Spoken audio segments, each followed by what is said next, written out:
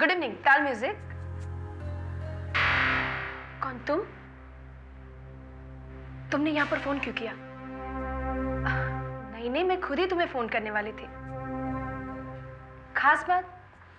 बहुत सारी खास बातें हैं। नहीं, अभी नहीं, मिलकर बताऊंगी। प्लीज आप मुझे समझने की कोशिश कीजिए। देखो, अगर बॉस को पता चल गया ना कि मेरा और तुम्हारा कोई कनेक्शन है तो गजब हो जाएगा।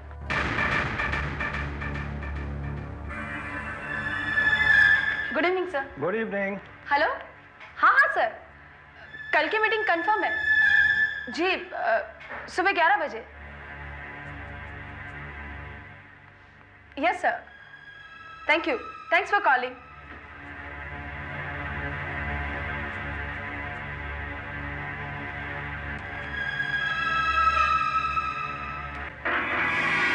May I come in, sir? Come in.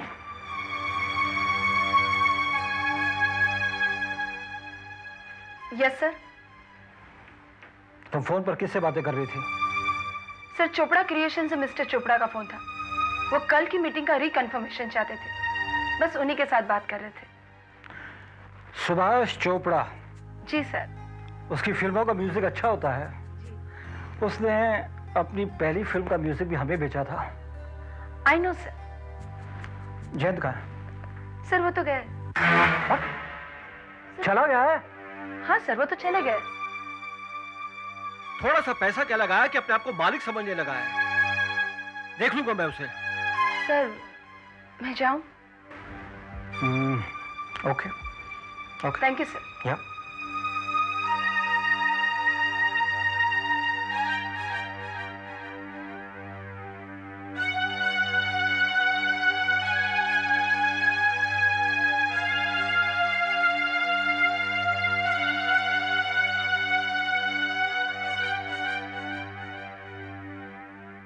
Hello Kohli, क्या हुआ? 50-50। कोहली, मुझे सारी इंफॉर्मेशन चाहिए। वो कहाँ जाती है, किससे मिलती है, क्या करती है। और हाँ, मुझे फोटोग्राफ भी चाहिए। आई नो सर, मुझे जिस जगह पर शक है मैं वहीं खड़ा हूँ। जैसे ही वो आएंगे काम हो जाएगा। Just follow her. Okay.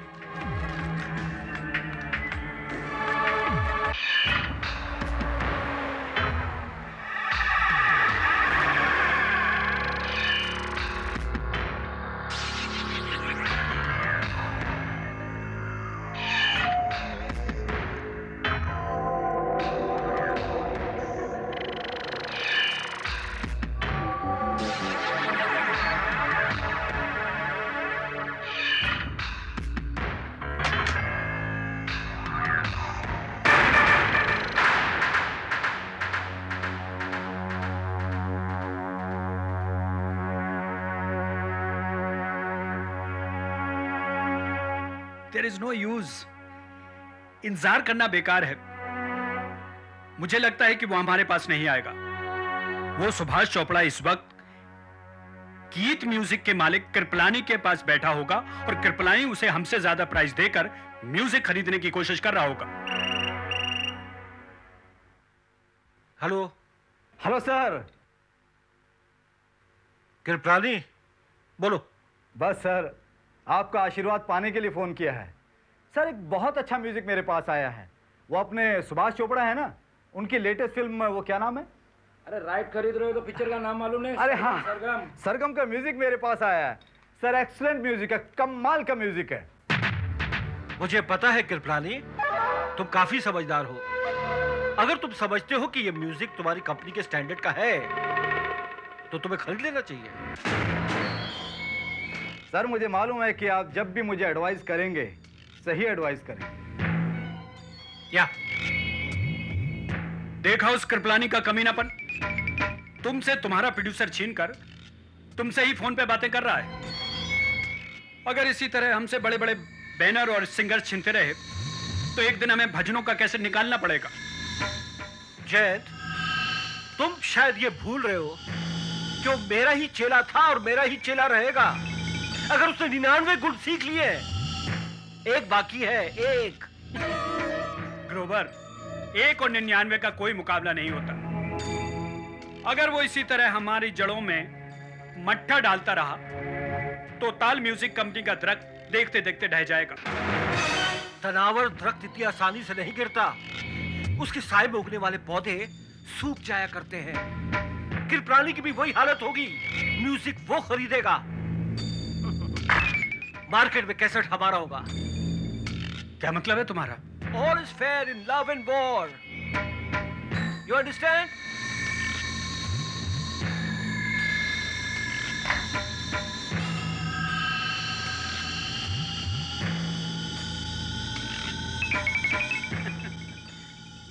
Grover, अगर तुम बहुत बड़े कमीने हो तो कमीनेपन में मैं भी कम नहीं।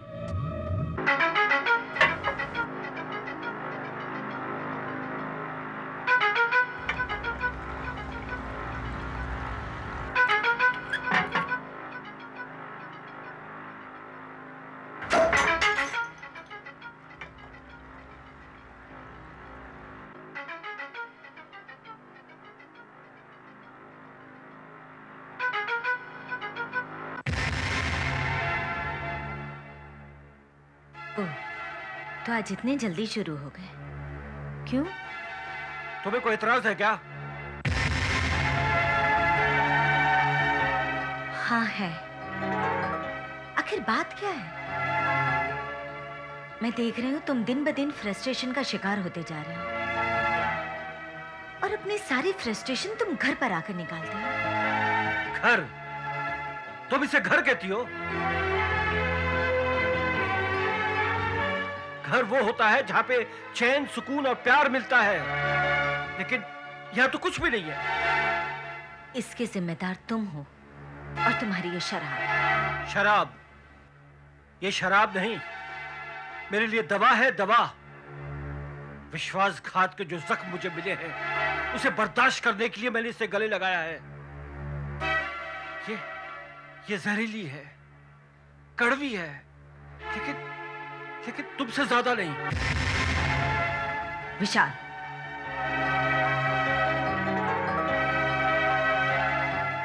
Excuse sir. कौन है? मैं नैयर। कौन नैयर? आपके कंपनी का चीफ अकाउंटेंट।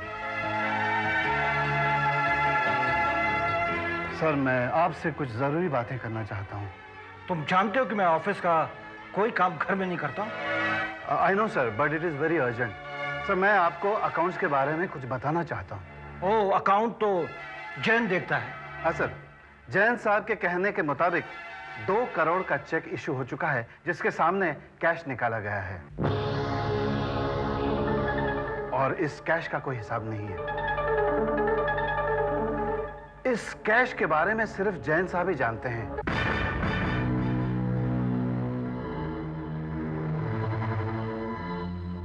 तुम्हारा कहने का मतलब है कि जैन ने 2 करोड़ रुपए का घपला किया है? नहीं, ये तो मैं नहीं कह सकता हूं सर, लेकिन एक अहम घटना हुई है। मुझे लगा कि इसकी मालूमात आपको होनी चाहिए, इसलिए मैं यहाँ चला आया। वैसे I am sorry to disturb you at this hour. Good night sir. Good night. मैं जयंत को देख लूंगा।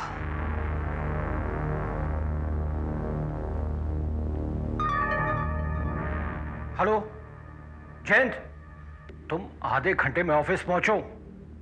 आई वॉन्ट नो एक्सक्यूज, कोई बहाना नहीं चाहिए मुझे, समझे?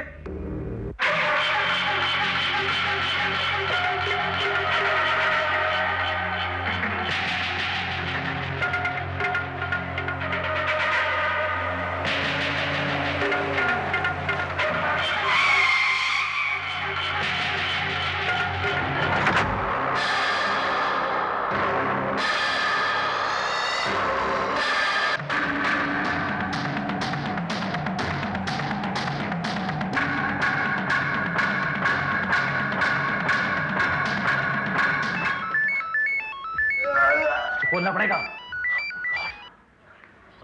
या हेलो इंस्पेक्टर भारत, मैं रितु खन्ना बोल रही हूँ। आप आ रहे हैं ना? I am sorry, I will be there, you just wait for me please. या आई एम वेटिंग। ओके। बोलना पड़ेगा। श्रीवास्तव, सर मैं जा रहा हूँ। Hello hello hello, Juhu police station. हाँ, जुहू पुलिस स्टेशन बोलिए। देखिए, मैं कामिनी ग्रोवर बोल रही हूँ। मेरे पति कल से वापस घर नहीं आए। मैं उनके लापता होने की रिपोर्ट लिखाना चाहती हूँ। Just a moment. Srivastava, report लिखो। हेलो, देखिए, मैं मिसेस कामिनी ग्रोवर बोल रही हूँ। मेरे पति मिस्टर विशाल ग्रोवर कल रात से लापता हैं। मैंने हर जगह पता लगाने की कोशिश की जहाँ वो हो सकते हैं, मगर वो कहीं भी नहीं मिले। मैं उनके लापता होने की रिपोर्ट लिखाना चाहती हूँ। इंस्पेक्टर भारत, सबसे पहले मैं आपको मुबारकबाद दूंगी कि संध्या मर्डर केस के कातिल को आपने सिर्फ 8 घंटों में गिरफ्तार करके एक बहुत बड़े कारनामे को अंजाम दिया। धन्यवाद। लेकिन आपको ऐसा नहीं लगता कि किसी एक शब्द से किसी को भी मुझे मान लेने की यह प्रैक्टिस कभी किसी बेकसूर को पुलिस के जुल्म का शिकार भी बना सकती है? देखिए, बात दरअसल ये है मैम कि मैं उनमें से नहीं हूँ जो पहले थियरी बनाते हैं, फिर उस थियरी में सूट करने वाले सुराग ढूंढते हैं। मैं उनमें से हूँ कि पहले तथ्य ढूंढता हूँ, पहले सुराग ढूंढता हूँ, फिर उसी सुराग को डेवलप करता हूँ। और मुझे पूरा यकीन है कि मेरा फॉर्मूला कभी फेल नहीं हो सकता। अच्छा, ये आप इतने दावे के साथ कह रहे हैं? आप चाहें तो मुझे आजमा सकती हैं। ठीक है, तो मैं आपको एक सेंटेंस देती हूँ, आप उसे डिफाइन कर सकते हैं? मैं कोशिश कर सकता हूँ। अच्छा, अब सेंटेंस सुनिए। कमाल है, तुमने अकेले ने 80 किलो को उठाकर नीचे फेंक दिया। ब्रेव। वो तो अच्छा हुआ कि तूफानी रात थी, वरना। अब जरा सोचिए कि एक तूफानी रात थी, जबकि वहां पर कोई मौजूद नहीं था। ऐसी सूरत में 80 किलो नीचे फेंकने की क्या जरूरत थी, जबकि वो अपने प्रोग्राम को पोस्टपोन कर सकता था और सुबह उसे कोई हेल्पिंग हैंड मिल सकता था, लेकिन उसने ऐसा नहीं किया। क्यों? हाँ, ये बात तो है। एक और बात कि शब्द तूफानी रात का जिक्र जो है, इससे साफ जाहिर होता है कि बात घर के अंदर की नहीं है, बात कहीं बाहर की है, क्योंकि घर के अंदर तो तूफान हो ही नहीं सकता ना। Am I right? राइट, पर ये बात घर के अंदर की नहीं है, फिर कहाँ की हो सकती है? बाहर कहीं की, किसी बिल्डिंग के टेरेस की, किसी पहाड़ की, किसी पुल या किसी ब्रिज की भी हो सकती है। राइट।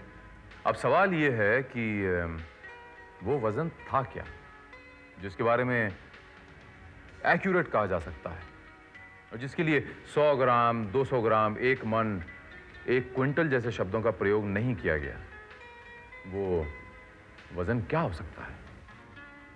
वजन कुछ भी हो सकता है अलमारी, संदूक, गठरी।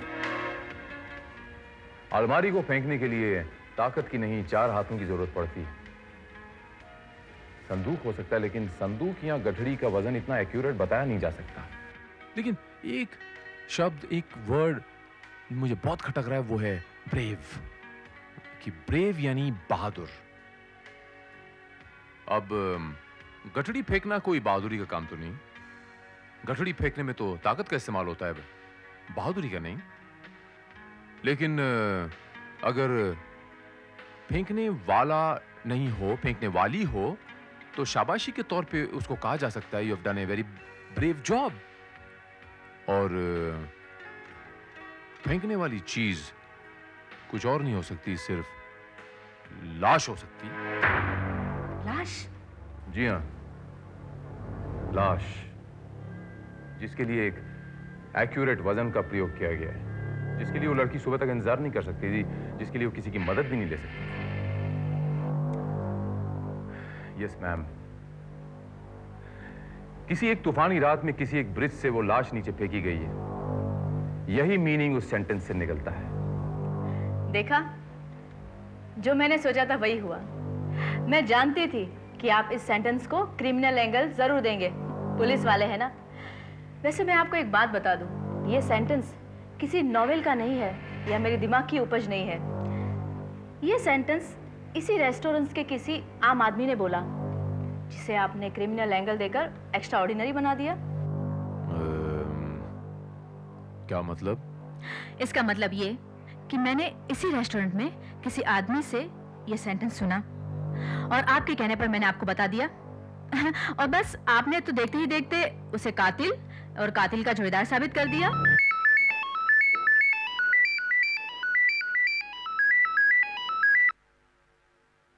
या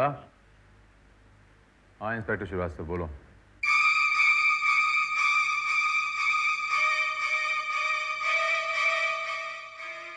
ऑलराइट।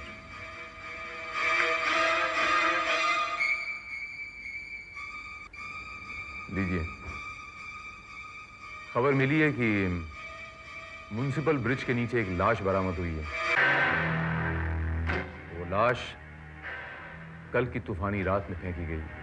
क्या? जी हाँ, अगर ये जुमला आपके ख्याल की उपज नहीं है और ये बात सचमुच किसी ने कही है, तो हो ना हो इस लाश का ताल्लुक उसी आदमी के साथ। क्या बता सकती हैं कि वो बात किसने कही थी? जी हाँ, कुछ देर पहले वो जो पिछली चेयर पर आदमी बैठा था वो।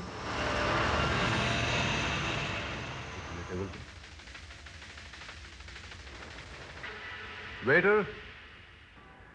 Yes sir. वेटर, वो आदमी जो थोड़ी देर पहले उस पिछले टेबल पे बैठा था, वो आपका रेगुलर कस्टमर है? कौन? मिस्टर आनंद, टीवी स्टार? अच्छा अच्छा, मिस्टर आनंद। कहिए, मैं आपकी क्या खिदमत कर सकता हूँ? मिस्टर आनंद, हमें म्युनिसिपल ब्रिज के नीचे एक लाश बरामद हुई है। मुझे ऐसा लगता है जैसे इस केस में आप हमारी बहुत मदद कर सकते हैं। मैं कुछ समझा नहीं। मैं समझाता हूँ। आज आप जिस रेस्टोरेंट में बैठे थे, वहां आपने एक जुमला कहा था और रितु जी ने वो जुमला कहते हुए सुना था। ये रितु खन्ना है, पेशे से जर्नलिस्ट हैं, और जुमला ये था कि कमाल है, तुमने अकेले ही 80 किलो उठा के नीचे फेंक दिया। Very brave. अगर ये तो अच्छा हुआ कि वो तूफानी रात थी, वरना आपने जुमला कहा था ना मिस्टर आनंद? हाँ कहा था, लेकिन आपने जुमला किससे कहा था और क्यों कहा था, और इस जुमले के मायने क्या हुए? क्या आप जरा खुलासे में बता सकते हैं? यानी कि आप पूरी सिचुएशन जानना चाहते हैं? राइट। वेल, हुआ यूं कि मैं अपने दोस्त से बात कर रहा था कि जिसने अपने सौतेले बाप की लाश को ठिकाने लगाने के लिए उसे नदी में फेंक दिया। यानी कि सचमुच? एक मिनट, ये जुमला मैंने कल, आज तो मैं इसे दोहरा रहा हूं। क्या मतलब? मतलब ये कि कल शूटिंग के दौरान ये मेरे डायलॉग थे, और मैंने जो कुछ भी अभी कहा वो मैंने कल परफॉर्म किया था, और मैं अपने दोस्त को कह रहा था कि मैंने कैसा परफॉर्म किया। ओह, आई सी।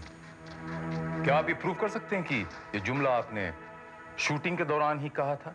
हाँ, मैं प्रूफ कर सकता हूँ। मैं प्रूफ कर सकता हूँ। देखा इंस्पेक्टर, आपका कंक्लूजन सही होते हुए भी कितना गलत निकला। Wait a minute Miss Ritu, इतनी जल्दबाजी मत कीजिए। मुझे अगर पता होता कि ये जुमला अदा करने वाला एक अदाकार है, तो मैं इस संभावना को नजरअंदाज नहीं करता। वैसे इस जुमले का चक्कर क्या है? दरअसल ये जुमला मैंने सुना था और इंस्पेक्टर भारत से चैलेंज किया था कि वह इसे कोई नतीजा निकाल कर दिखाए, और इन्होंने बिल्कुल वही नतीजा निकाला जो आपने बताया। और तभी हमें म्युनिसिपल ब्रिज के नीचे एक लाश बरामद हुई, और हमने सोचा कि शायद उस लाश का ताल्लुक आपके सेंटेंस के साथ है। उस लाश का कुछ पता चला किसकी थी? लाश विशाल ग्रोवर की है। वही विशाल ग्रोवर जिसकी बीवी ने सुबह गुमशुदगी की रिपोर्ट लिखवाई थी? यस सर, और हमने उनसे लाश की शिनाख्त भी करवा ली है और लाश को पोस्टमार्टम के लिए भी भेज दिया है। Very good. कुछ बताया उन्होंने कि ये विशाल ग्रोवर कब और कैसे गायब हुआ था?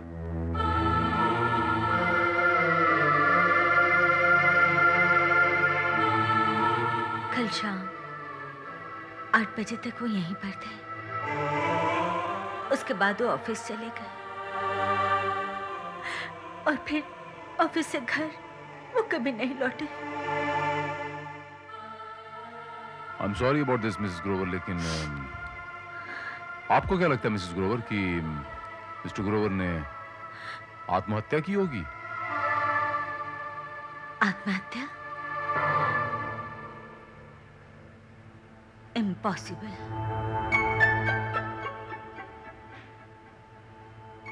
वो बहुत ही ऑप्टिमिस्टिक थे। हालांकि इन दिनों वो बहुत ही फाइनेंशियल क्राइसिस से गुजर रहे थे, लेकिन मैंने उन्हें निराश कभी नहीं देखा।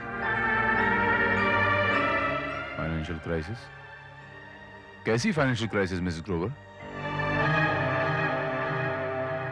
हमारी कंपनी के सारे प्रोड्यूसर्स राइवल कंपनी के साथ डील करने लगे थे। कंपनी के अकाउंट में काफी गड़बड़ी थी।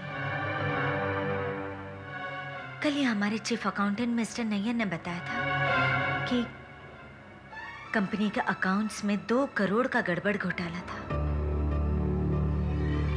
2 करोड़ रुपयों का गड़बड़ घोटाला? Bye the way Mrs Grover, आपकी कंपनी के फाइनेंशियल मैटर्स में डिसीजन मेकिंग कौन है? वो तो जयंत करते हैं। वो कंपनी में 20% के पार्टनर हैं। अरे हाँ, याद आया। कल मिस्टर नैयर से बात करने के बाद उन्होंने जयंत को फोन किया था और उसे ऑफिस में मिलने को कहा था। Mr Jayant? What nonsense! Nayyar का दिमाग खराब हो गया है। हमारे डिपार्टमेंट में कोई हेरा फेरी नहीं है। एक्सक्यूज मी मिस्टर जयंत, तो आप ये कहना चाहते हैं कि आप ही की कंपनी का एक जिम्मेदार अफसर झूठ बोल रहा है? देखिए इंस्पेक्टर, हमारी कंपनी में क्या क्या होता है उस बात की हर एक खबर हमारे राइवल कंपनी को पहुंच जाती है। इसलिए मैंने बिना किसी को बताए कंपनी के 2 करोड़ रुपए कहीं और इन्वेस्ट कर दिए थे। उसके सारे रिकॉर्ड्स मेरे पास मौजूद हैं। ये बात आपने मिस्टर ग्रोवर को क्यों नहीं बताई? बताई, कल बताई थी। जब उन्होंने मुझ पर 2 करोड़ रुपए गबन करने का आरोप लगाया, मैंने उन्हें सारे प्रूफ्स दिखाए और फिर से रीऑडिटिंग करने के लिए भी कहा। रीऑडिटिंग के लिए आपने कहा था या उन्होंने? व्हाट? जी हाँ मिस्टर जैन, दरअसल आपको रीऑडिटिंग की धमकी दी गई थी और इत्तेफाकन फॉर्चुनेटली अनफॉर्चुनेटली मिस्टर ग्रोवर को अपने रास्ते से हटाने के बाद ये रीऑडिटिंग की संभावनाएं बिल्कुल खत्म हो गई। जी हाँ, 2 करोड़ बहुत बड़ी रकम होती मिस्टर जैन, कोई छोटी रकम नहीं होती। It's a big amount. अब देखना यह है कि ये 2 करोड़ रुपए आप एडजस्ट कहां करते हैं। आप खामोखा मुझ पर शक कर रहे हैं। ग्रोवर को मैंने नहीं मारा है। आपने नहीं मारा तो फिर किसने मारा? अरे वो सक्सेसफुल बिजनेसमैन था, उसके 1000 दुश्मन थे।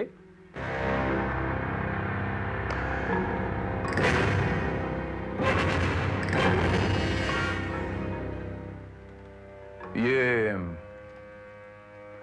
म्यूजिक कैसेट कंपनी भी तो आपकी राइवल कंपनी है ना मिस्टर जैन? जी हाँ, इसने हमारे सारे प्रोड्यूसर हमसे छीन लिए थे। और आप अपनी राइवल कंपनी की म्यूजिक सुन रहे हैं, am I right? वो दरअसल मैं ये देख रहा था कि उनकी क्वालिटी और हमारी क्वालिटी में क्या फर्क है। क्या नाम है इस कंपनी के मालिक का? कृपलानी। मिस्टर कृपलानी। भारत साहब, वो मेरे गुरु थे। आज मैं जो कुछ भी हूं सब उन्हीं की बदौलत हूं, उन्हीं के आशीर्वाद से हूं। जी हाँ, सुना मैंने भी है। ये जो आज आपका विशाल म्यूजिक अंपायर है, सब उन्हीं की बदौलत है। कल तक जो लोग उनके साथ काम कर रहे थे वो सब आपकी तरफ हो गए। हाँ, ये बात सच है। आप इसी बात से अंदाजा लगा सकते हैं कि वो कितने महान थे।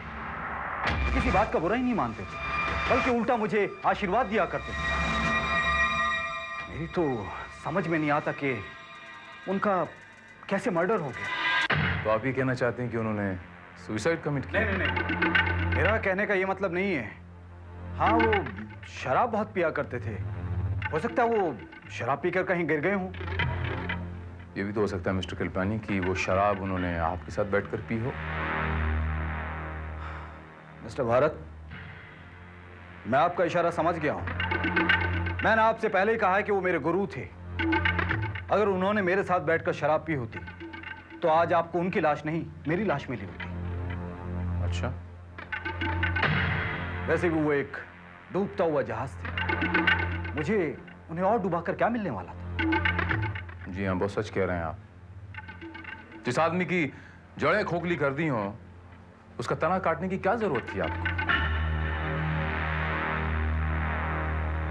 Bye bye Mr Kripalani.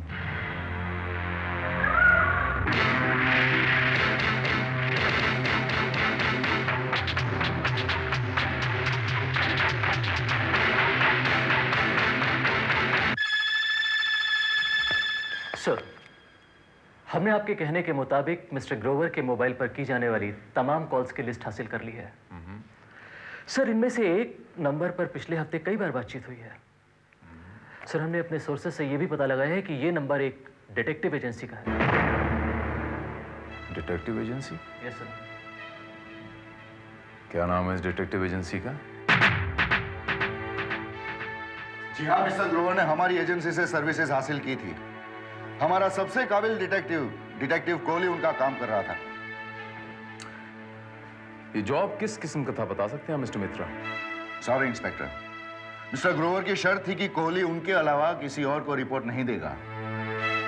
इस मामले में वो कुछ ज्यादा ही सीक्रेसी बरत रहे थे। उसी डोंट माइंड मिस्टर कोहली का पता बता सकते हैं आप?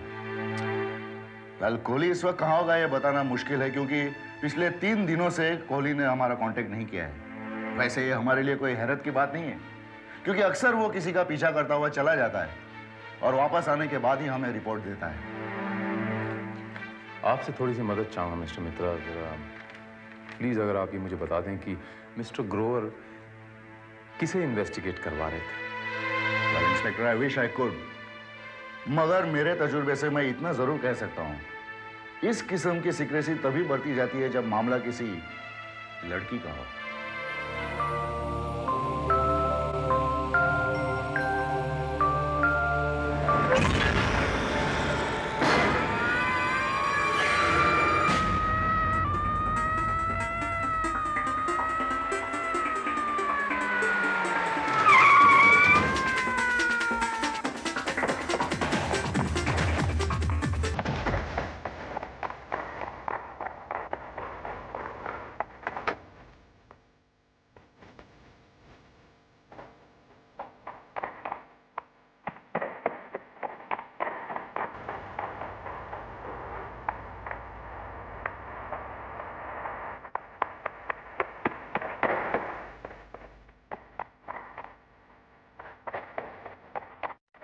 Excuse me. May I help you, ma'am? Any problem? कुछ नहीं। आप मिस्टर ग्रोवर की सेक्रेटरी हैं ना, if I am not mistaken? हाँ। आप यहाँ इतनी रात गए, यूं सड़क पे, सुनसान सड़क पे आप ऐसे दौड़ रही हैं, सब खैरियत तो है? मैं आपको घर छोड़ दूं इफ यू डोंट माइंड? जी, थैंक यू। आइए।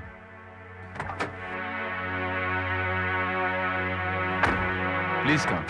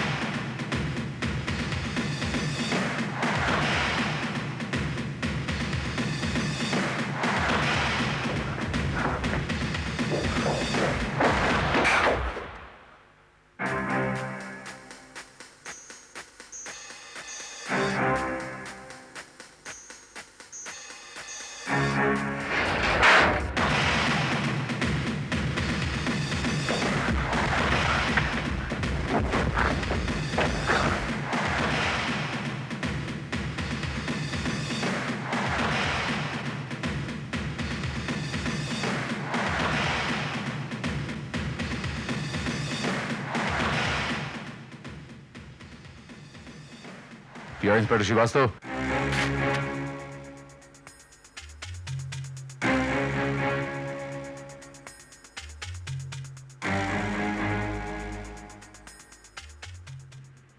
ये तो डिटेक्टिव कोहली है, गीता के साथ। सर, जिस किसी ने भी लड़की का खून किया है वो जरूर यहाँ पहले से ही मौजूद था। और सर, साफ लग रहा है कि उसने यहाँ की हर चीज की बहुत बारीकी से तलाशी भी ली है। पता नहीं उसे किस चीज की तलाश थी। उसे जिस चीज की भी तलाश थी श्रीवास्तव, वो उसे मिली नहीं। वो उसे मिली नहीं, इसीलिए वो इसका यहां इंतजार करता रहा। उसने इस पे जम के वार किया, इसका कत्ल किया, उसके बाद इसका पर्स चेक किया, उसके बाद वो यहां से भाग निकला।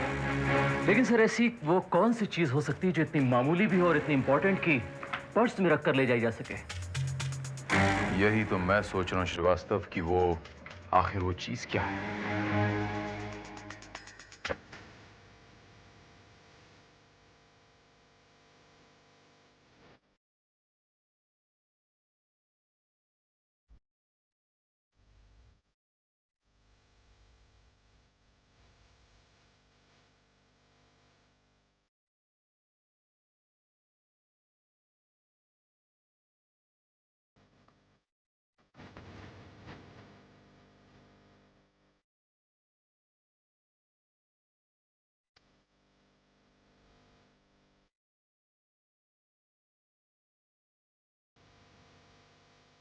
हवलदार, ये पंखा ऑफ करो।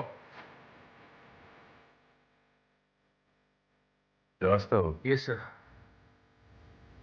कातिल को जिस चीज की तलाश थी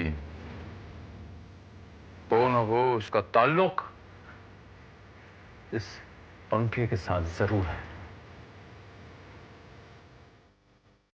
इस पंखे के साथ जरूर होना चाहिए।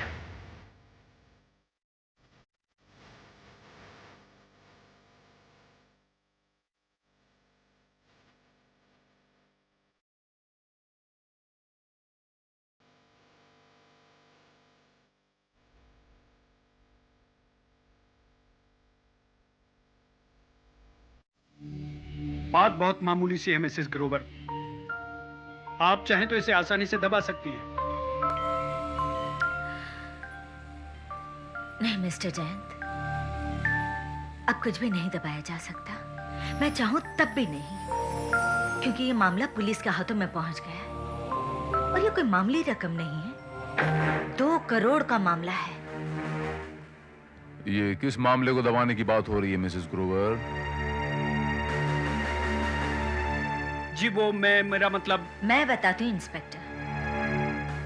मिस्टर जैन चाहते हैं कि मैं 2 करोड़ के घपले की बात को दबा दूं और ये चुपचाप उस रकम की भरपाई करते रहेंगे। मिस्टर जयंत, आप इतनी बड़ी रकम लौटाएंगे कैसे? जी वो मैं बाद में मिसेस ग्रोवर, आप बताइए कि जब मिस्टर ग्रोवर गायब हुए तो आपने मिस्टर जैन को कांटेक्ट तो किया ही होगा। अरे हाँ, आपने पुलिस को भी तो इत्तला की थी, जहां तक मुझे याद है। जी हाँ। आपने कितने बजे फोन किया था? तकरीबन 11 बजे। कहां से फोन किया था?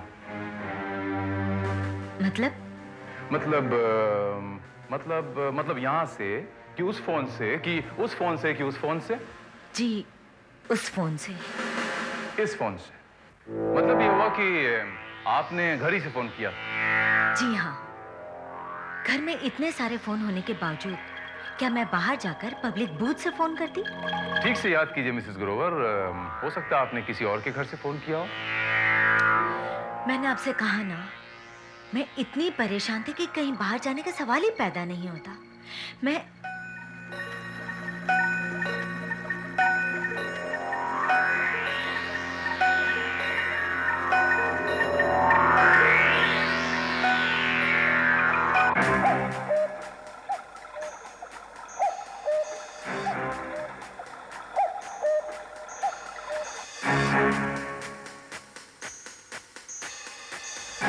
ये घड़ी की आवाज सुन रही हैं आप?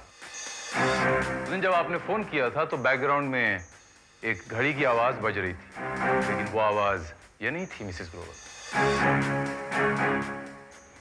अगर ये नहीं थी तो कौन सी थी? वो चिड़ियों की चहकने की आवाज आ रही थी।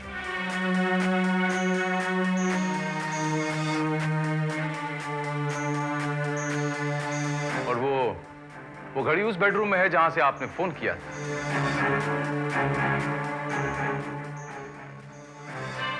आप चलिए, मैं आपको बेडरूम दिखा सकता हूं।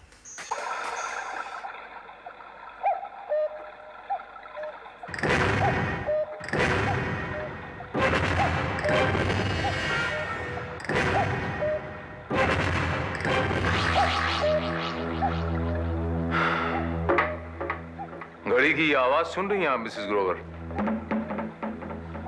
ये वही घर है जहां से आपने उस दिन टेलीफोन किया था, मिस्टर आनंद कुमार का घर।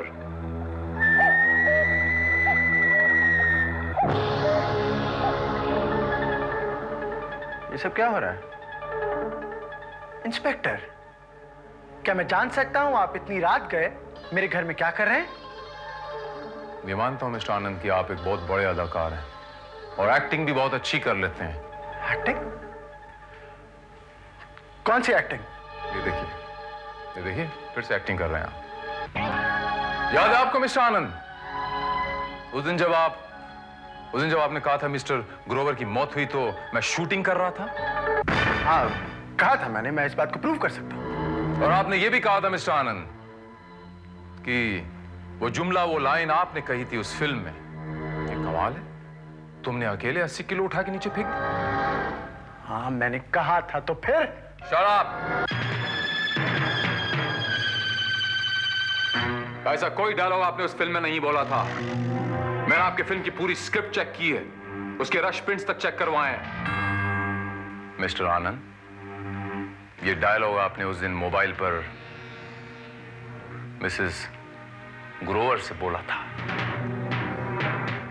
मेरी समझ में नहीं आ रहा आप कहना क्या चाहते हैं। लेकिन मेरी समझ में आ गया मिसेस ग्रोवर, मैं आपको समझाता हूं। जब आपको यह पता चला कि मिस्टर ग्रोवर ने आपके पीछे जासूस लगाया हुआ है तो आप डर गई। आपको लगा कि पकड़े जाने पर हो सकता है वो आपसे तलाक ले लें और एक ही झटके में आप सारी प्रॉपर्टी से वंचित हो जाएं। तब आप और आनंद ने मिलकर ये प्लान बनाया और आपने मिस्टर कोहली को पहले अपने रास्ते से हटाया, तो उसके बाद मिस्टर ग्रोवर को।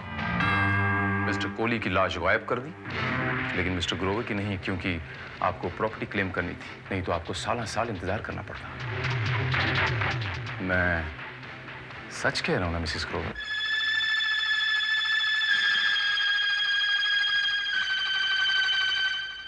मैं आपसे पूछ रहा हूं, मैं आपसे मुखातिब हूं, मैं सच कह रहा हूं मिसेस ग्रोवर? आपकी चुप्पी इस बात का सबूत है कि मैं सच कह रहा हूं।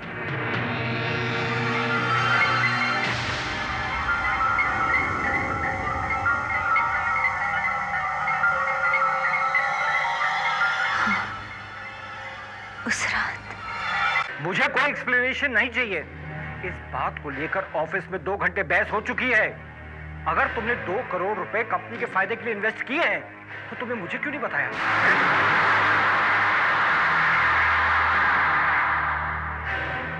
तुम कोई डिसीजन अपनी मर्जी से नहीं लोगे। मुझे 2 करोड़ रुपए वापस चाहिए। सब गद्दार हैं। कंपनी के 2 करोड़ रुपए से गबन कर लिए और मुझे आंखें दिखाता है। साले सब चोर हैं। किसकी बातें कर रहे हो? और तुम भी, तो अपने आपको क्या समझती हो? मैं तुम्हारे बारे में सब कुछ जानता हूँ। क्या जानते हो मेरे बारे में? अभी नहीं बताऊंगा। अब ये कुछ नहीं बताऊंगा। पहले मेरे हाथ सबूत आने दो। मैं तुम्हें अदालत में ले जाकर खड़ा कर दूंगा। तुम्हें सब पता चल जाएगा।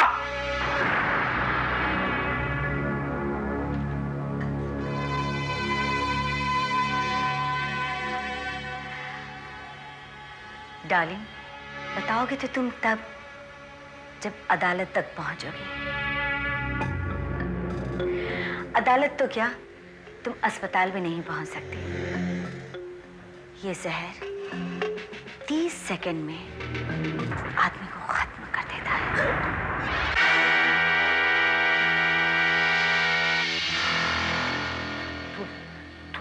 तूने इसमें जहर मिलाया?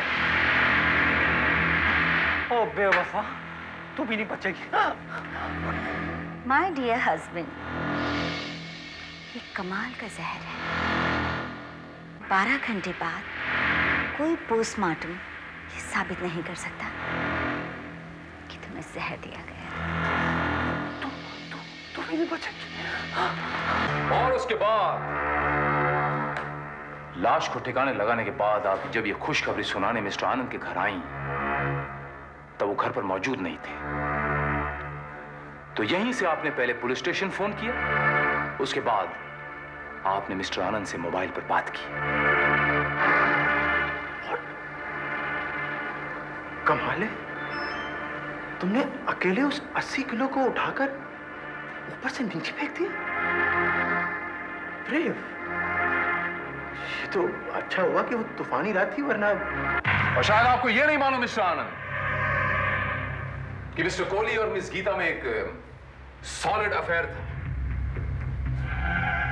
मिस्टर कोहली ने जो आप दोनों की तस्वीरें निकाली थी उसमें से एक रील मिस गीता के पास थी, जिसके बलबूते पे वो आप दोनों को ब्लैकमेल करने की कोशिश कर रही थी। और आपने मिस्टर आनंद मिस गीता से छुटकारा पाने के लिए उसका कत्ल कर दिया। जनाब इंस्पेक्टर, मेरा इनसे कोई लेना देना नहीं। आप इस तरह किसी शरीफ आदमी पे कीचड़ नहीं उछाल सकते।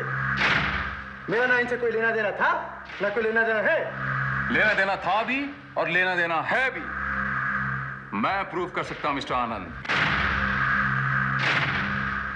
आपके लाख कोशिश करने पर भी गीता के हाथ से वो रील ले नहीं सके आप। लेकिन इत्तेफाक की बात है कि कुदरत का खेल देखिए, मरने से पहले वो रील मुझे दे गई।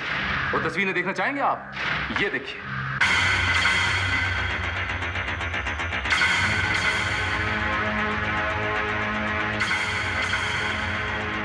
मिस्टर आनंद, और कुछ कहना बाकी है? Mr Anand and Mrs Kamini Vishal Grover, मैं आप दोनों को हिरासत में लेता हूं। Inspector Srivastava, arrest them.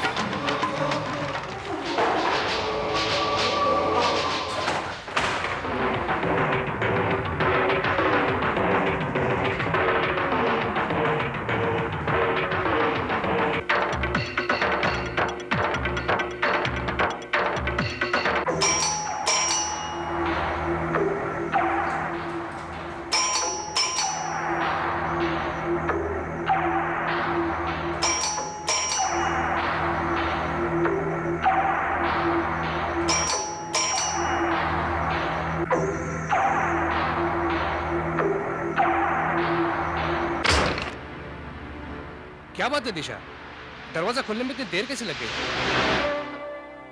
वो रात को देर से सोई थी ना, इसलिए आज सुबह आंखें नहीं खुली। अच्छा, कहाँ है हमारा कुंभकर्ण? वो ऊपर। अच्छा अच्छा, मतलब तक सो रहा है। अभी जगाता हूँ। अरे दिशा, हमने उसका गलत नाम थोड़ी रखा है, सही माने में कुंभकर्ण है वो। अभी जगाता हूँ उसे। अगर नहीं जागा तो ढोल ताशे लाके बजा के उठाऊंगा उसे। देखता हूँ कैसे सोता है वो। नहीं प्रदीप, सोने दो ना उन्हें। एक इतवार का दिन ही तो मिलता है आराम करने के लिए। अरे कैसे सोने दो दिशा, पिछले संडे मुझे हराया था उसने। आज मैं हिसाब किताब बराबर करने आया हूँ। देखता हूँ कैसे सोता है और कैसे जीतता है मुझसे आज। प्रदीप, सुनो प्रदीप।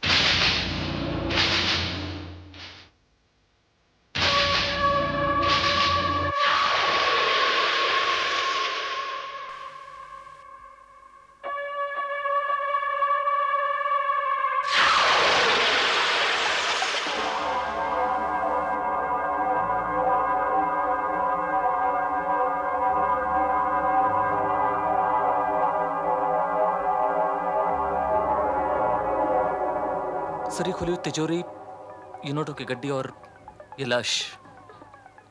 चोरी और कत्ल का केस है। मुझे भी ऐसे ही लग रहा है इंस्पेक्टर श्रीवास्तव कि चोर ने तिजोरी खोली होगी और इत्तेफाकन मिस्टर रंजीत आ गए होंगे और चोर ने उसको गोली मार दी। Yes sir. लेकिन ये रिवॉल्वर चोर के पास कहां से आई? अक्सर चोरों के पास रिवॉल्वर्स तो नहीं हुआ करती। Yes sir. लेकिन एक बात समझ में नहीं आई इंस्पेक्टर श्रीवास्तव कि जब चोर ने मिस्टर रंजीत को गोली मार ही दी थी तो फिर इतने सारे नोट क्यों पीछे छोड़ गया वो? सर हो सकता है कि वो घबरा कर ही नोट यहां छोड़ गया हो। आप ठीक कह रहे हैं, शायद मुझे भी लग रहा है कि चोर घबरा गया। लेकिन वो टॉर्च की भी शायद वो चोर की, अगर वो टॉर्च उस चोर की है तो जरूर उस पे फिंगरप्रिंट्स होंगे और वो फिंगरप्रिंट्स हमारी बहुत मदद कर सकते हैं। राइट सर, हमने तमाम फिंगरप्रिंट्स उठवा लिए हैं और उनकी रिपोर्ट हमें जल्द ही मिल जाएगी। वेरी गुड इंस्पेक्टर श्रीवास्तव, जरा हटेंगे।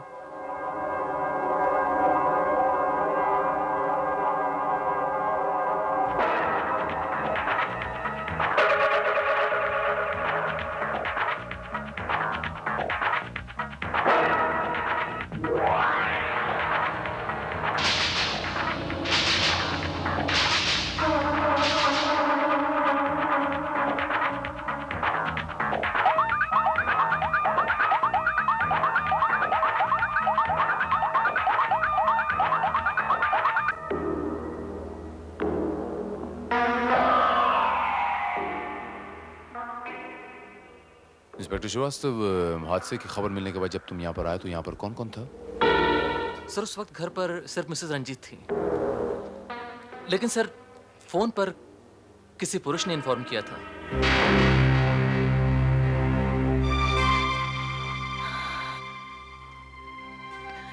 पुलिस को इत्तला की जिसने?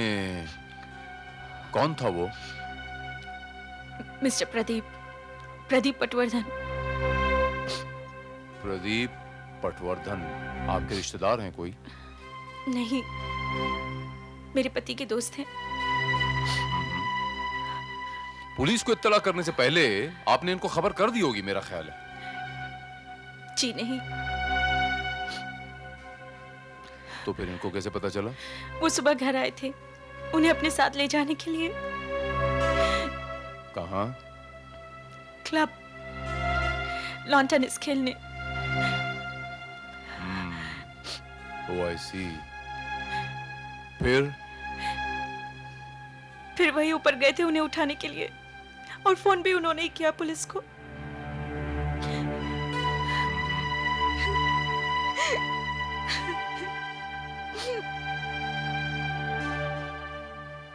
मिसेस रंजीत, आपने अपने पति को आखिरी बार कब देखा था? कल रात को मैं अपने कमरे में सोने गई, उससे पहले। अपने कमरे में? जी, मैं अपने कमरे में गई थी। यू मीन आपका और मिस्टर रंजीत का कमरा अलग अलग है। कब से? यही कुछ 1 महीने से, जब से माझी हरिद्वार गई तब से। I am sorry Mrs Ranjit, मैं थोड़ा सा ये पर्सनल सवाल है, प्लीज डोंट माइंड, लेकिन आप पति पत्नी होते हुए भी अलग कमरे में, बात समझ में नहीं आई। वो मैंने 40 दिनों का व्रत रखा था ना, इसलिए। ओह आई सी। वैसे आपके घर में कितने लोग हैं आपके अलावा? मैं, माझी और वो, इसके अलावा? ड्राइवर राम सिंह और नौकरानी गंगा। ये ड्राइवर कहाँ होगा इस वक्त? वो अभी आता ही होगा। और नौकरानी कहाँ है? वो गांव गई है छुट्टी पर। अच्छा एक बात बताइए मिसेस रंजीत, की आपने बेडरूम अच्छी तरह चेक कर लिया था? बेडरूम से कुछ चोरी वगैरह तो नहीं हुई? हाँ, कुछ सोने के गहने चोरी हुए। अच्छा मिसेस रंजीत, ये झुमका मुझे मिला है,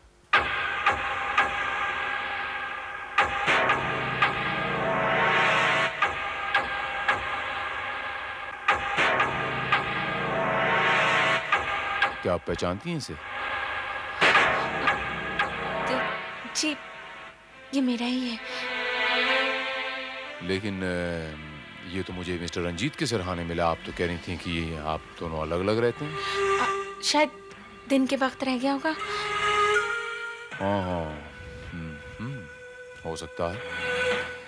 by the way Mr Ranjit, इस समय मिस्टर प्रदीप पटवर्धन कहाँ मिलेंगे? अब वो स्टेशन गए हैं माँ जी को लेने। वो आज राजधानी में हरिद्वार से आ रही हैं।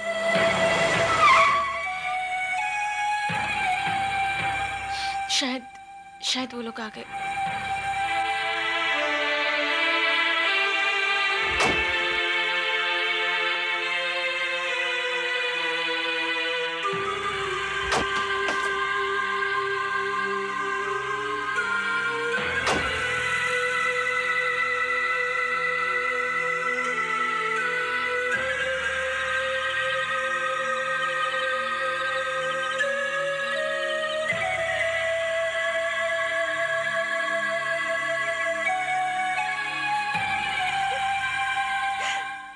जी क्या हो गया? किसी ने उन्हें रास्ते में प्रदीप ने मुझे सब कुछ बता दिया था बेटी। मेरी तपस्या, मेरी कामनाएं हरिद्वार में गंगा के पानी में बह गई।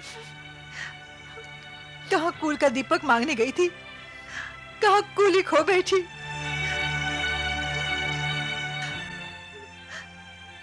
मैं समझ सकती हूँ बेटी, मैं समझ सकती हूँ। तुमने अपने पति को खो दिया है, तो मैंने भी अपने बेटे को खो दिया है।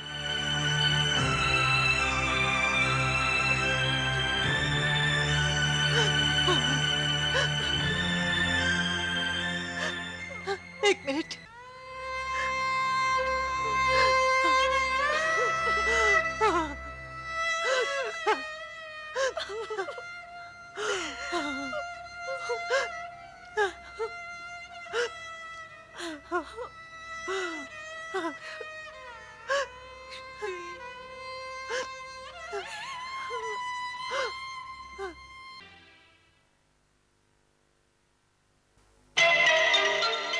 मिस्टर प्रदीप पटवर्धन, मुझे इंस्पेक्टर भारत, मैं जानता हूँ।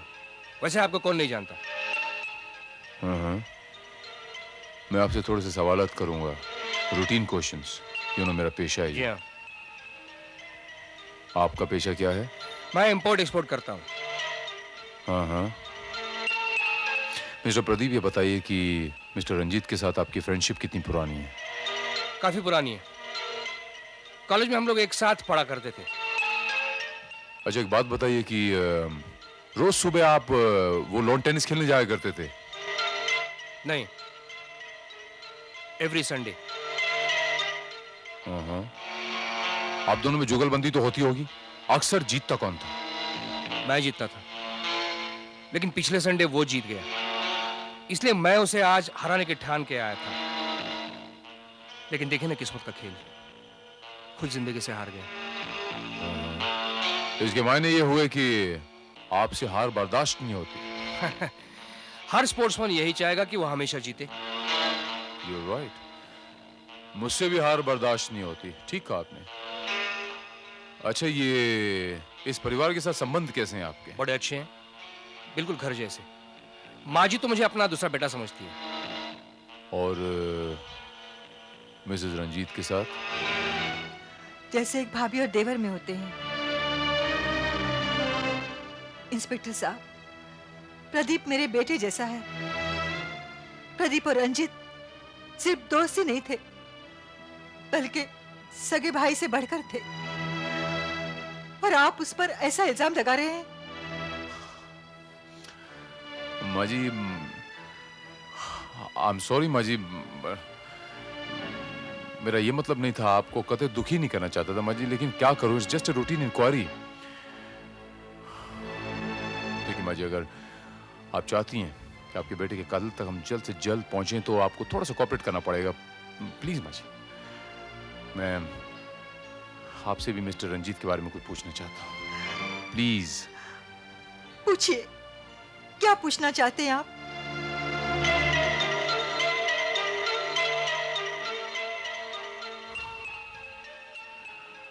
आप एक माँ हैं, और एक माँ अपने बेटे को जितनी अच्छी तरह जान सकती है, पहचान सकती है, उतना कोई नहीं पहचान सकता। आप मुझे बताइए कि मिस्टर रंजीत किस किस्म के इंसान थे? मिस्टर प्रदीप के अलावा उनके और कितने दोस्त थे? कि दुश्मन भी था उनका? मेरा मतलब इंस्पेक्टर साहब, मेरे बेटे का कोई दुश्मन नहीं था।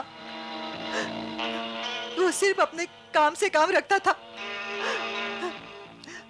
वो एक आदर्श बेटा था, जिसे पाकर हर माँ को गर्व हो जाए।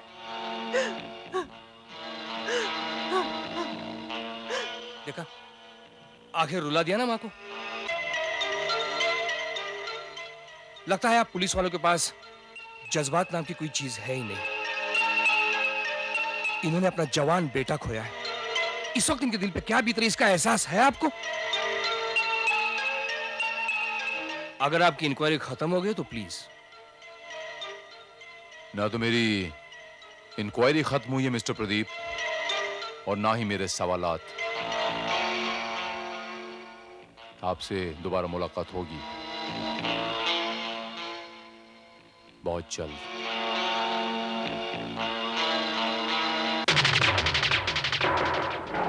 सर, रिवॉल्वर के मालिक का पता चल गया है। वो मिस्टर रंजीत के नाम पर ही रजिस्टर्ड थी, बट स्ट्रेंज कि हमें उस पर किसी की उंगलियों के भी निशान नहीं मिले हैं।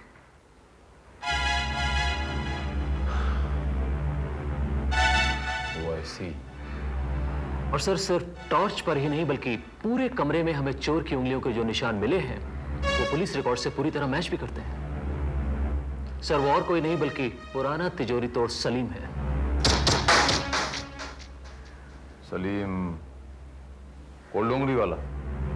यस सर, लेकिन वो अभी तक हमारे हाथ नहीं आया है। इंस्पेक्टर श्रीवास्तव, तुम एक काम करो, इस शहर के तमाम गैम्बलिंग डेन, जुए के अड्डे हैं, उन पर अपने आदमी तैनात कर दो। इस आदमी की एक ही वीकनेस है, जुआ। और ये हो ना हो किसी न किसी जुए खाने पे बहुत जल्द आएगा। यू आर राइट सर, लेकिन जहां तक मैं समझता हूं मामला पूरी तरीके से साफ हो चुका है। सलीम ने मिस्टर रंजीत के रिवॉल्वर से उन्हें शूट कर दिया और फिर यहां से भाग निकला। नहीं इंस्पेक्टर श्रीवास्तव, ये मामला थोड़ा सा उलझता जा रहा है।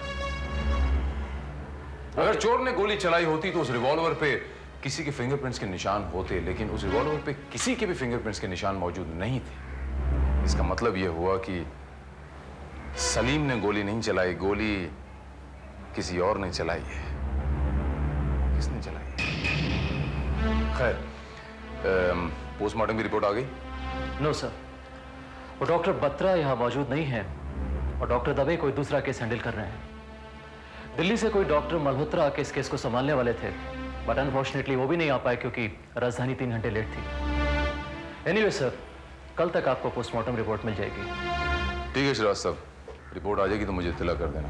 Right sir. सर एक खास बात यह है कि मिस्टर रंजीत की डायरी में से हमें ये कुछ तस्वीरें मिली थी और डायरी सेफ में रखी थी।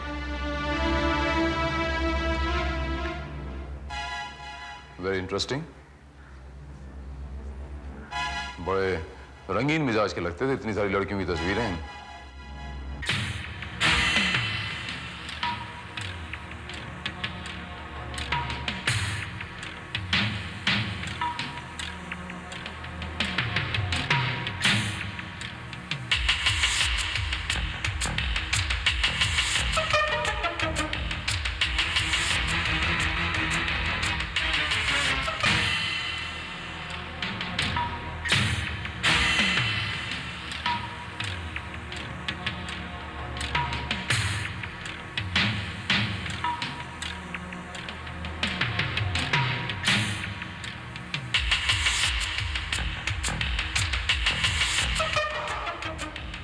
अच्छा, उनकी माँ तो कहती थी कि मेरा बेटा एक आदर्श बेटा है।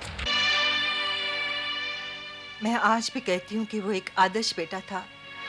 जहाँ मैंने कहा वहाँ उसने शादी भी कर ली। शादी के बाद दोनों बहुत खुश थे, लेकिन पोते का मुंह देखने का मेरा सपना अधूरा ही रह गया।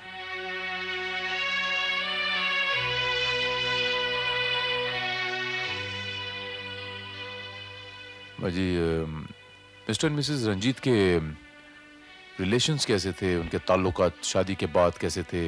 मतलब कोई तनाव तो नहीं था? जी नहीं, मेरे और मेरे पति के बीच कभी कोई तनाव नहीं रहा। वो मेरा बहुत ख्याल रखते थे। मिसेस रंजीत, आपके और आपके पति के बीच में कोई तीसरा? जी? मेरा मतलब है कोई औरत? जी नहीं। हाँ, मैं जानती हूँ कि शादी से पहले उनके काफ़ी अफेयर्स रह चुके हैं, लेकिन उन सब अफेयर्स के बारे में उन्होंने मुझे खुद बताया था। शादी के बाद उनका किसी से कोई ताल्लुक नहीं था। आप झूठ बोल रही हैं मिसेस रंजीत, आप बिल्कुल सफेद झूठ बोल रही हैं। ये तस्वीरें देखिए, ये मिस्टर रंजीत के कमरे से बरामद हुई हैं। ये उनके अतीत की तस्वीरें हैं जो समय के साथ कब का बह गया। अच्छा, चलिए मान लेते हैं वो उनका अतीत था और ये उनका वर्तमान। मैंने कहा था ना, ये मेरा झुमका है। अगर ये आपका है तो इसका दूसरा जोड़ीदार दीजिए मुझे। वो कहाँ है? वो जी नहीं है आपके पास। इस तस्वीर को जरा गौर से देखिए मिसेस रंजीत। ये आपकी तस्वीर है? जी नहीं। Very good. अब इस तस्वीर में इस झुमके को जरा गौर से देखिए और इस झुमके को मिलाइए। ये है वो झुमका जो इस तस्वीर में भी है और जो आपके पति मिस्टर रंजीत के सिरहाने मिला है। और अगर ये झुमका आपके पति के सिरहाने मिला है तो इसका मतलब ये हुआ कि आपके पति के इस लड़की के साथ नाजायज ताल्लुकात थे। Anyhow, इस लड़की का नाम क्या है? उसका नाम सीमा है। Hello, Seema here. हाँ, मैं बोल रहा हूँ, अनिल। मैंने तुम्हें यहाँ फोन करने के लिए मना किया था ना? अच्छा, तुम्हारा यार 50 बार फोन कर सकता है और तुम्हारा पति एक बार भी नहीं? पति माय फुट। पति कहने में मुझे शर्म आती है तुम्हें। ज़बान लड़ा दी मुझसे? देखो अनिल, मैं तुम्हें कह रही हूँ यहाँ दोबारा फोन मत करना, वरना तुम्हारा भी वही हाल होगा जो रंजीत का हुआ है। आपको अपने पति के साथ इतनी बेरुखी से पेश नहीं आना चाहिए सीमा जी।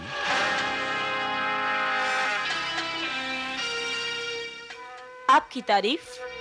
इंस्पेक्टर भारत। सीमा जी, आप मिस्टर रंजीत को कब से जानती हैं? यही कोई 8 महीनों से। एक म्यूजिकल फंक्शन में हमारी मुलाकात हो गई थी और तभी से हमारी फ्रेंडशिप हो गई। I see. By the way, सीमा जी, आप इस इयररिंग को पहचानती हैं?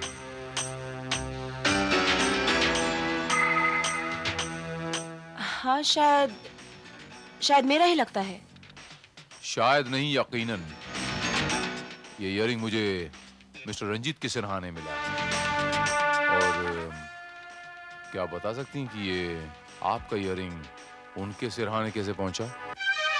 मिस्टर भारत, आप इतने नासमझ तो नहीं लगते कि इतना भी नहीं जानते कि एक लड़की का इयररिंग एक मर्द के सिरहाने तक कैसे पहुंचता है। तो आप ये मानती हैं कि आपके और मिस्टर रंजीत के ताल्लुकात थे? ताल्लुकात? हम दोनों के ऐसे ताल्लुकात थे जिसे दुनिया नाजायज कहती है। आशिक था वो मेरा, मरता था मुझ पर, बल्कि मेरे नखरे और मेरा खर्च दोनों उठाया करता था वो। वेरी इंटरेस्टिंग सीमा जी। इसका मतलब यह हुआ कि आप मिस्टर रंजीत के घर अक्सर आ जाया करती थी? नहीं, ऐसा नहीं है। हम लोग अक्सर होटलों में मिला करते थे।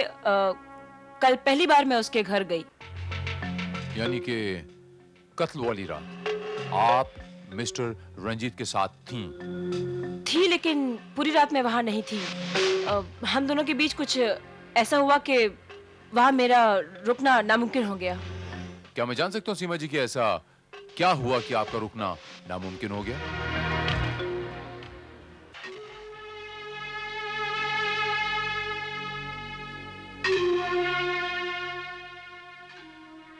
कल रात कौन make a drink for me? सुना नहीं तूने?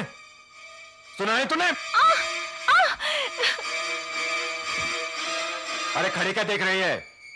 चल बना 1 लार्ज विथ सोडा।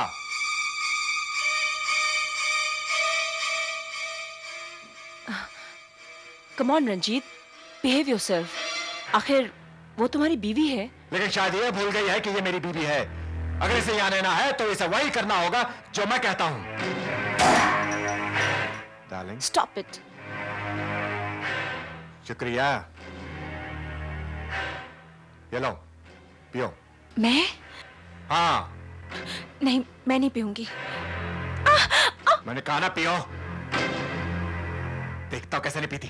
पियो इसे। नहीं।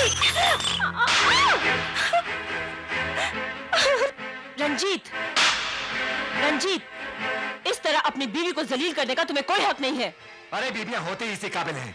इन्हें पांव के नीचे दबा कर रखना चाहिए, पांव के नीचे। तुम मर्द अपने आप को समझते क्या हो? तुम पति हो ना कि भगवान। और उसके बाद मैं वहां से चली आई।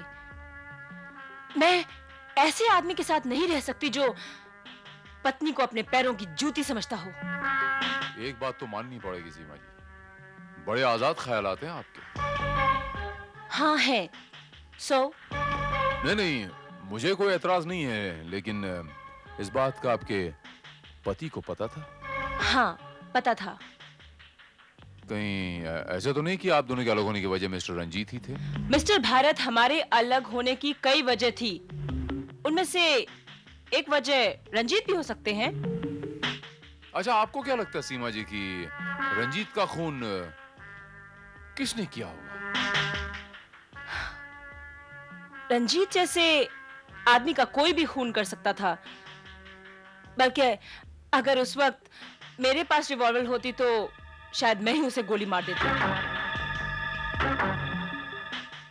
रिवॉल्वर होती तो कमाल है सीमा जी, मैंने तो सिर्फ आपको ये बताया था कि मिस्टर रंजीत का खून हुआ है, लेकिन खून करने का तरीका, कातिल ने जिस तरह से खून किया, आपके सोचने का तरीका भी बिल्कुल वैसे ही। Anyhow Seema ji, thank you very much. Thank you.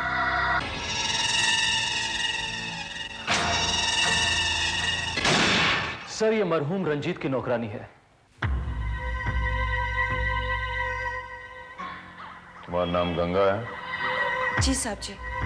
Ganga, तुम्हें पता है कि तुम्हारे मालिक मिस्टर रंजीत का खून हो गया है? लेकिन साहब, उनके खून से हमारा क्या लेना देना है? ड्राइवर राम सिंह का कहना है कि तुम जिस रात खून हुआ उस रात तुम घर थी, लेकिन अचानक आधी रात को तुम घर से भाग गई। जी साहब मैं भागी नहीं थी। वो मेम साहब ने मुझे रातों रात नौकरी से निकाल दिया। क्यों? जी वो उस रात। छोड़िए ना मालिक, आपको तो अब वो दूसरी मिल गई है ना, अब आपको हमारी क्या जरूरत? अरे नई तो नई होती है, तुम तो पुरानी हो, और पुरानी शराब में जो नशा होता है ना, वो नई शराब में नहीं होता। छोड़िए ना मालिक, मालकिन आ जाएंगी। अरे माल्टिन की फिक्र कौन करता है?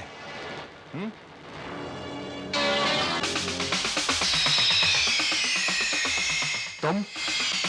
आप इतना गिर सकते हैं, मैं कभी सोच भी नहीं सकती थी। अपनी जुबान को लगाम दो। और तू, तेरी इतनी हिम्मत, कमसार निकल यहाँ से, और फिर कभी अपनी शक्ल नहीं दिखाना। ये यहाँ से नहीं जाएगी। ये यहाँ नहीं रहेगी। तुमने सुना नहीं? ये यहाँ से नहीं जाएगी। चल निकल यहाँ से। तो तुम्हारे जाने के बाद मालिक और मालकिन के बीच में झगड़ा हुआ? जी बहुत, काफी देर तक उनके चीखने चिल्लाने की आवाजें आती रही।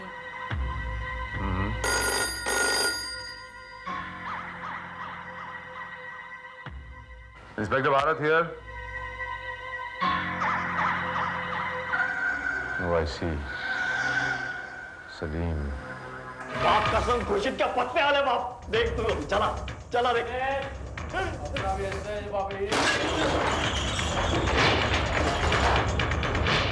सब्जी मत। मैं सच बोलता है सब्जी, मैं कुछ नहीं किया। मैं कुछ नहीं किया। आप ऐसा मत मारिए मत। मैं कुछ नहीं किया, मैं बताता है। मैं उधर क्या है, मैं चोरी करने गया था। मैं उधर लाश देख के डर गया, मैं भागा, बस। इसके अलावा मुझे कुछ मालूम नहीं है।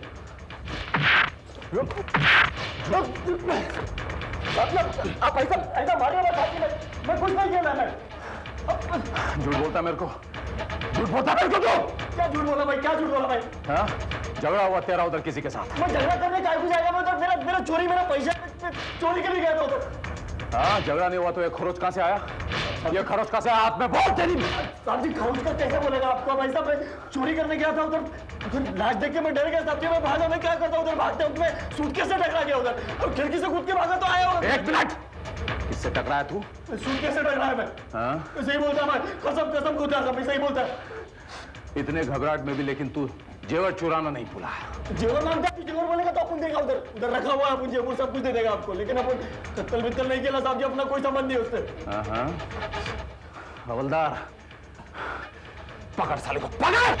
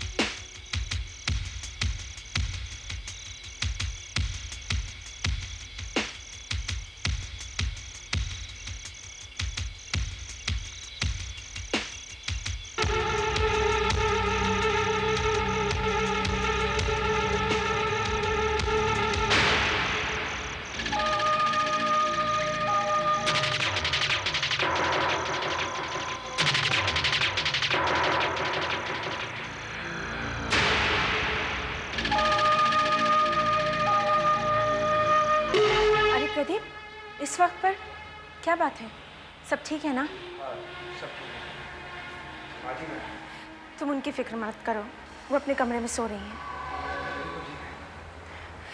अच्छा, क्या हुआ? कुछ सुराग मिला पुलिस को? पुलिस को सुराग तो मिल ही नहीं सकता। पुलिस को जितना नाकारा समझते हैं आप मिस्टर प्रदीप पटवर्धन, पुलिस उतनी है नहीं। आप? जी हाँ, मैं। आपको ये जानकर हैरत होगी मिस्टर प्रदीप पटवर्धन की 36 घंटों में हमने इस कत्ल से ताल्लुक रखने वाले हर शख्स का पता लगा लिया। और यही नहीं, हमने ये भी पता लगा लिया कि कातिल कौन है। क्या? जी हाँ, हमें पता चल गया है कि कातिल कौन है। इंस्पेक्टर साहब, कौन है मेरे बेटे का कातिल? कातिल वो शख्स है जिसने उस लाश को सबसे पहले देखा था। क्या मतलब है आपका? आप समझते कि मैंने रंजीत का खून किया? मैंने ऐसा तो नहीं कहा मिस्टर प्रदीप पटवर्धन। आप जब यहां आए तब कत्ल हो चुका था, मुझे पूरा विश्वास है। कातिल वो शख्स है जिसने उस लाश को सबसे पहले देखा था और उनका नाम है मिसेस रंजीत। ये क्या कह रहे हैं आप? उस वक्त तो मैं अपने कमरे में थी। यही आपकी सबसे बड़ी कमजोरी है मिसेस रंजीत, कि आपको झूठ बोलना भी नहीं आता। जी? मैं आपको बताता हूं कि उस रात क्या हुआ था। उस रात सीमा के साथ हुआ अपमान तो आप सह गई, लेकिन जब आपने मिस्टर रंजीत को गंगा के साथ देखा तो आपसे बर्दाश्त नहीं हुआ, आपके सब्र का पैमाना छलक गया। आपके और मिस्टर रंजीत के बीच में झगड़ा हुआ और वो झगड़ा इस कदर बढ़ गया कि मिस्टर रंजीत ने आपको मारने के लिए रिवॉल्वर निकाल लिया। और लकीली वो रिवॉल्वर उस झड़प में आपके हाथ लग गया और आपने मिस्टर रंजीत को गोली मार दी, उसका कत्ल कर दिया। ये क्या बकवास हो रही है सब? ये सच है, ये सच है मिसेस रंजीत। आप कबूल कीजिए कि खून आपने किया है। मैं कहता हूं कबूल कीजिए। हाँ हाँ, ये सच है, खून मैंने ही किया है। ये तो क्या कह रही बहू? माँ जी, मैं बिल्कुल सच कह रही हूँ। अगर मैं उन्हें नहीं मारती तो वो मुझे मार डालते, इसलिए मैंने इन्हीं हाथों से उनका खून कर दिया। इंस्पेक्टर, एस्टर। रुक जाइए इंस्पेक्टर, खून दिशा ने नहीं, मैंने किया है।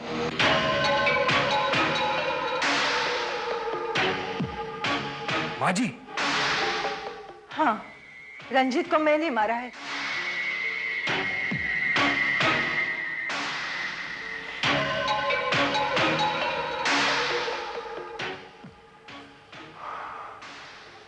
थैंक यू माली। मैं जानता था कि आप अपना जुर्म कबूल कर लेंगे, इसीलिए मैं आप ही के नाम का अरेस्ट वारंट लाया था। क्या? जी हाँ, मिसेस रंजीत ने कहा था कि माँ जी राजधानी से आई थी, जबकि आप लोगों को यह नहीं पता कि उस दिन राजधानी 3 घंटे लेट थी।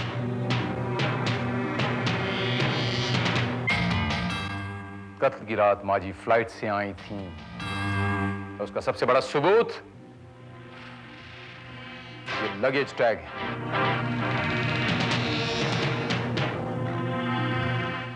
जो आपके सूटकेस से मिस्टर प्रदीप पटवर्धन ने निकाल के नीचे फेंक दिया था। मैं ठीक कह रहा हूं मिस्टर प्रदीप पटवर्धन?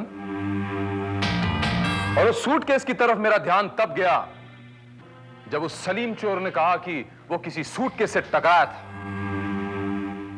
माँ जी अपने साथ ये सूटकेस लाई थी और कत्ल की रात इस सूटकेस का वहां मौजूद होना सबसे बड़ा सबूत है कि माँ जी कत्ल की रात वहां थी। मैं ठीक कह रहा हूं ना माँ जी?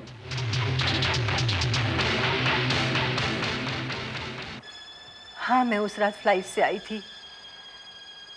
जब मैं यहाँ पहुंची तो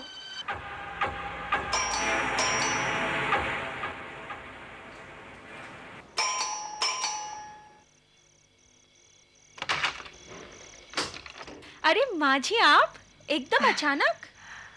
बस यूं ही जरा दिल घबरा रहा था, इसीलिए चली आई।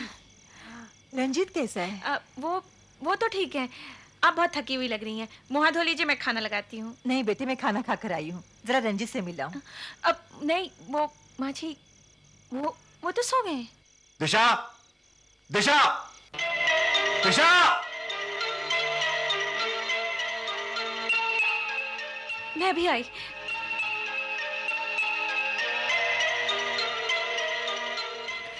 चिल्लाइए मत प्लीज। क्यों? नौकरों के सामने तेरी इज्जत उतर जाएगी? मैं आपकी बीवी हूँ, किसी दूसरी औरत के सामने आप मुझे इस तरह से बेइज्जत कैसे कर सकते? Shut up! ज़बान लड़ाती है मुझसे? चल जाके टेक पर गिला। Go and make a drink for me. बनाते कि नहीं? चल। मैं अपने बेटे का ये रूप बर्दाश्त नहीं कर पाई।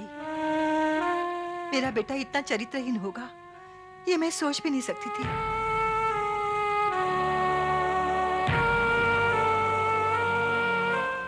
मैं इस सदमे से उठ भी नहीं पाई थी कि मुझे आवाजें सुनाई दी। शर्म नहीं आती आपको? तो होती कौन है मेरे मामले में दखलंदाजी करने वाली? हैं? कौन होती मुझे बोलने वाली, बताने वाली, सिखाने वाली? शायद आप भूल चुके हैं कि मैं आपकी पत्नी हूँ, लेकिन मैं ये बात नहीं भूली कि आप मेरे पति हैं और मैं आपको इस पाप के कीचड़ में मुंह काला नहीं करने दूंगी। बहुत जुबान चलने लगी है तेरी, मैं तेरी जुबान काट कर फेंक दूंगा। आप मेरे शरीर के टुकड़े टुकड़े क्यों ना कर दें, लेकिन मैं आपको मनमानी करने नहीं दूंगी। मेरे जीते जी इस घर में बाजारू औरतें नहीं आ सकती। अच्छा, तेरे जीते जी ना सही, तेरे मरने के बाद तो सही, आज मैं तेरा काम तमाम कर दूंगा। मेरे गले तक नहीं हो सकते, लेकिन मेरी आवाज नहीं बंद कर। मैं तुझे जिंदा नहीं छोड़ूंगा। आज के लिए ये क्या कर रहा है? छोड़ दे बहू को। नहीं माँ नहीं, इस बज़दात का मरना ही अच्छा है। बज़दात तो तू है कम्बा, छोड़ दे बहू को। नहीं माँ, ये बहुत पुकारने लगी है माँ, इसका सर कोतोना ही ठीक है। रंजीत, मैं कहती छोड़ दे इसे, छोड़ दे। ये क्या माँ, तू मुझ पर गोली चलाएगी? हा? अपने लाल पर, अपने वंश की चिराग को बुझा देगी इस औरत के लिए? नहीं माँ। तुझ जैसे पापी के बीच से अगर ये वंश बढ़ता है तो उसका नाश होना ही अच्छा है। छोड़ दे बहू को। नहीं माँ, तू मुझ पर गोली नहीं चला सकती माँ। मैं कहती हूँ छोड़ दे। नहीं माँ, तू मुझे गोली नहीं मार सकती माँ।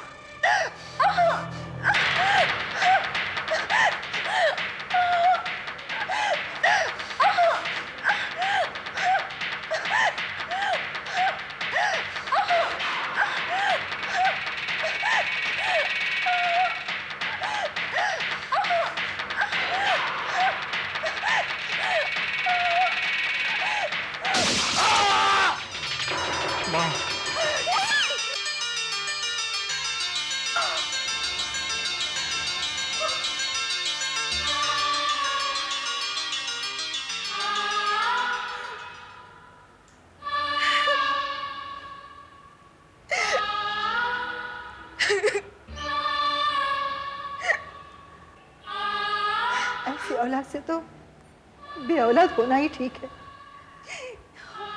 जाओ, जाकर पुलिस को फोन करो। पुलिस को? हाँ बहू, मैंने अपना फर्ज पूरा किया, अब कानून को अपना फर्ज अदा करने दो। नहीं माँ जी, मैं अपना पति तो पहले ही खो चुकी हूँ, अब माँ को नहीं खो सकती। आपको मेरी कसम माँ जी, आप पुलिस को कुछ नहीं बताएंगे, आपको मेरी कसम।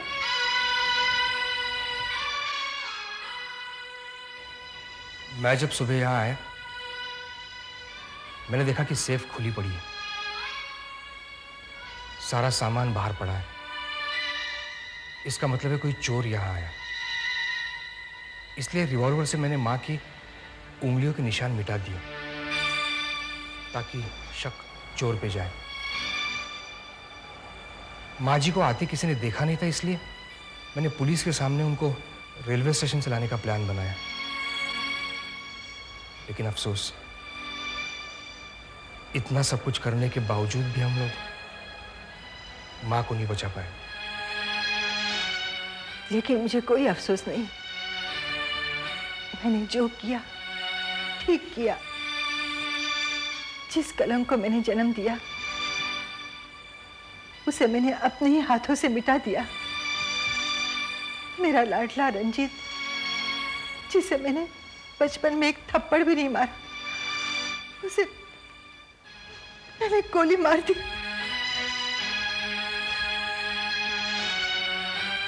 आप गलत कह रही हैं या सही, इसका फैसला तो अदालत करेगी।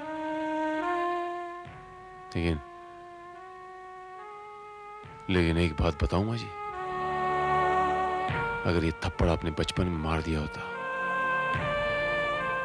तो आज उसे गोली मारने की नौबत नहीं आती।